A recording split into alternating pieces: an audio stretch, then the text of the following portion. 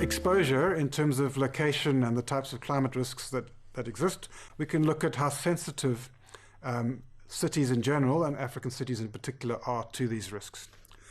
Now, there are a number of factors that influence the sensitivity to climate hazards, and the first of those is the extent of what people call risk-reducing infrastructure, and then the quality of that risk-reducing infrastructure that actually is in place. So these are things like roads, which enable emergency services to get about, water supply systems, drains which drain flood water away, sewage systems and how easily they can be compromised by extreme flooding events, and safe electricity supplies, for instance.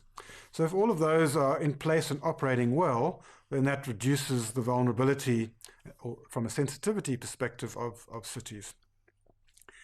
A second aspect is the location of critical infrastructure. So where are, for instance, hospitals, government buildings, electricity substations located? If they're located in parts of the city that are subject to climate risk, like in the floodplain of a river or close to the coast, then when you have these extreme climate events, that really increases the sensitivity of the whole city to that climate event. A third dimension of sensitivity relates to the effectiveness of planning and governance within a city context. So how good are the building regulations in a city, and are they actually enforced? So are we having buildings that are actually climate resilient or very climate sensitive? How good is the spatial planning and its enforcement? Is development avoided in flood risk areas, or does it happen regardless of the regulations because of poor enforcement? Then we could move on to talking about the extent of risk-reducing services.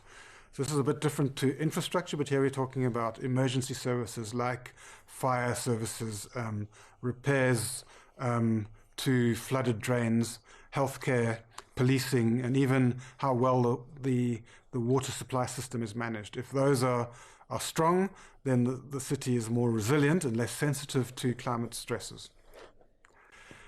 Then, in an African context, it's also a really important factor is the proportion of people that are living in what we'd call climate resilient housing, good housing that can survive climatic extremes.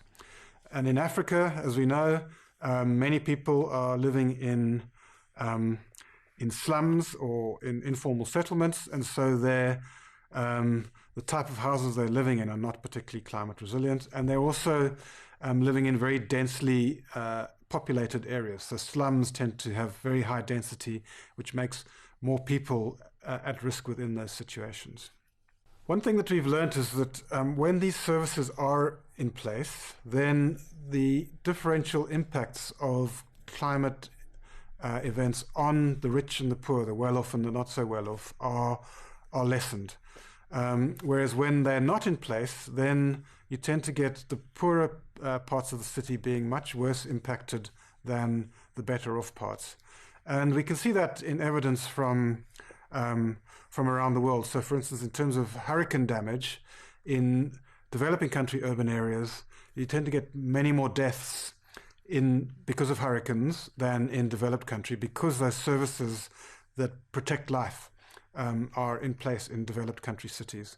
And that's despite the fact that the actual economic damage is higher in developed countries because of the larger assets that are exposed in those situations.